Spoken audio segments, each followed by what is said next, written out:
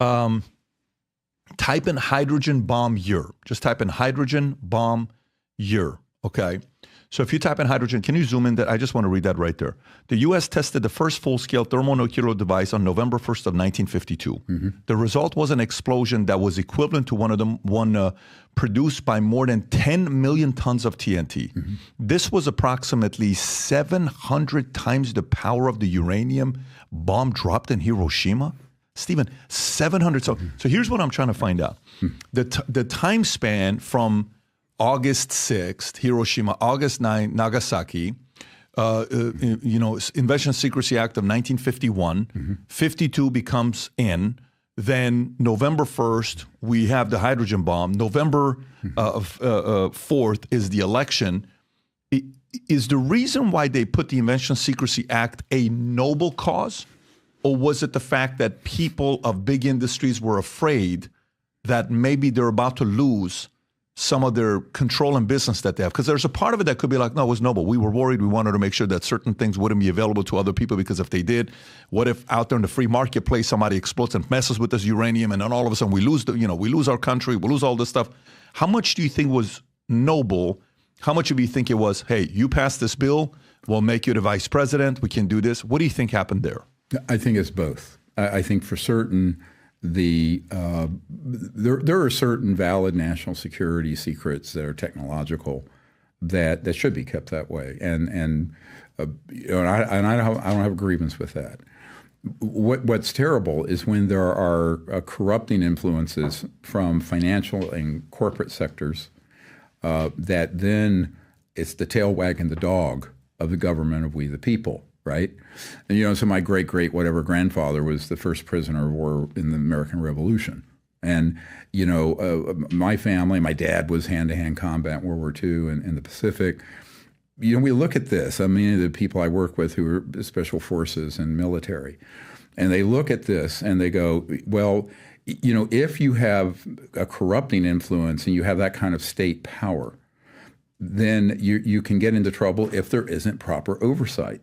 And there hasn't been. What I'm trying to say is that between the 50s and now, after Eisenhower got shoved aside, the folks who have been working and keeping these secrets are not necessarily doing it on behalf of the U.S. government or the American people or the world. They're doing it on behalf of their own interests, which are usually financial and global power related. And that is the problem. It's a big problem when no one's minding the store. This is why I've been trying to get Congress to have subpoena power through the House Oversight Committee and the members of Congress I've been meeting with, which we'll get into that. That's just been blocked, by the way.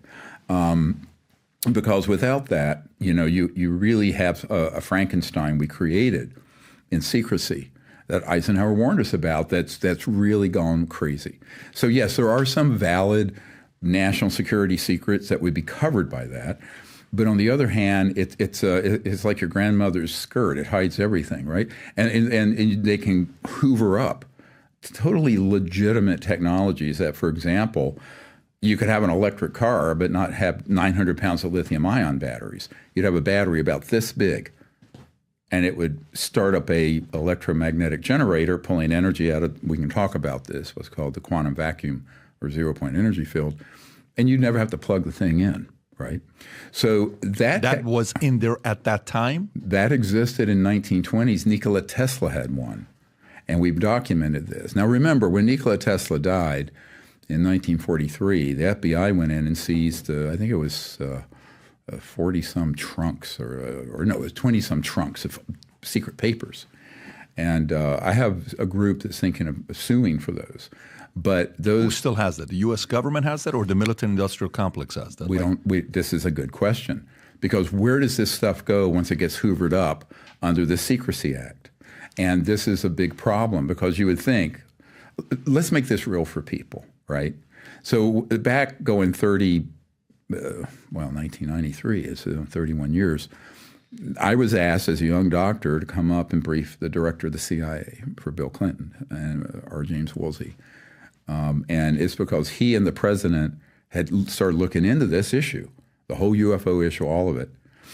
And they had been denied access and blocked and were being lied to. You're in the room with both of them. I'm in the room with the CI director. Okay. And my POC, my point of contact to him, who is the head of a military think tank. So I thought, honestly, I mean, you put me under sodium pentothal.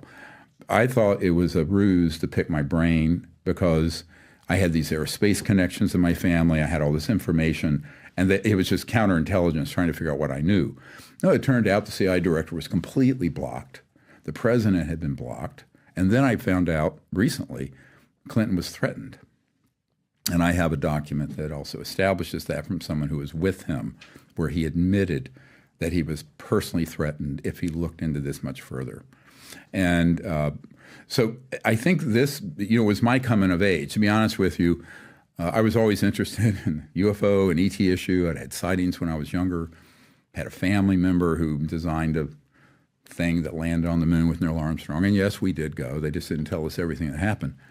But the CI director was shaken. And he couldn't get access, even with the clearance that a director of CI would have. So there's a parallel illegal black government system that I think is mostly corporate. So if you're asking me where the center of power on this is, everyone in Congress and the National Security Council and the president wouldn't add up to anything, a hill of beans, compared to what Lockheed Skunk Works and my uncle, Northrop Grumman, he had his whole career with Northrop Grumman, Raytheon, and some of these other huge behemoths that are contractors, but who have highly compartmented operations dealing with this. Now, we actually have the information and a letter from the director, the head of the Lockheed Skunk Works, the top secret aerospace engineering. And it's in the archive. We release this now, both the letter written to him from a friend that his widow gave to us and the reply from Ben Rich. And it says point blank, his friend said, do we have these UFOs? And he says, yes, some are extraterrestrial, many are ours. And he admits they're ours, meaning human-made. So people think that technology stands still, but if you're at the threshold in the 20s, 30s, 40s, discovering this area of science, of electromagnetic physics, post-quantum sort of entanglement, we can get into this, it's sort of boring for the general public. And then, you have special access projects that are top secret, but then decide it's so sensitive, we're not going to let the president control this anymore, or the Congress, except for a few devils that they put in there that do control it. So it's a complicated story. The architecture of this secrecy, you have to throw your high school civics book in the trash. So let me go back to this. Still, I'm stuck on this Invention Secrecy Act from purely a capitalistic standpoint, not even the alien side and all the other stuff that's in there, right? So let's go back to it.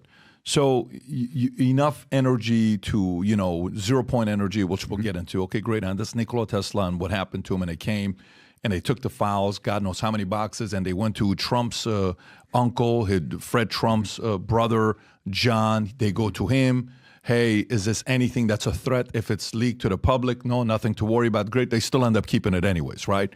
But I'm trying to find out. So if you were to simplify to the audience wants to know, hey, Stephen, what are some of those 6,000 patents that we have, and what industries would they destroy, and how much would our lives improve? For example, one, we have access to being able to produce cars that can run on water, and it puts a $5 trillion oil industry out of business overnight. Right. We have the pharmaceutical side to be able to come up and solve cancer tonight. We just have, because if we do, the amount of chemotherapy business is a such and such amount of billion-dollar industry. We don't want to put that out of this. We have the ability to do it. I want to know, do you know what technologies and patents are in there? I do. Can you share some of them with the public that, maybe would be revealing for them? Well, I can do better than that. You go to our archive, and there's a whole file of, I believe, thousands of pages of those that were copied by a man I knew who's passed away named John Bedini.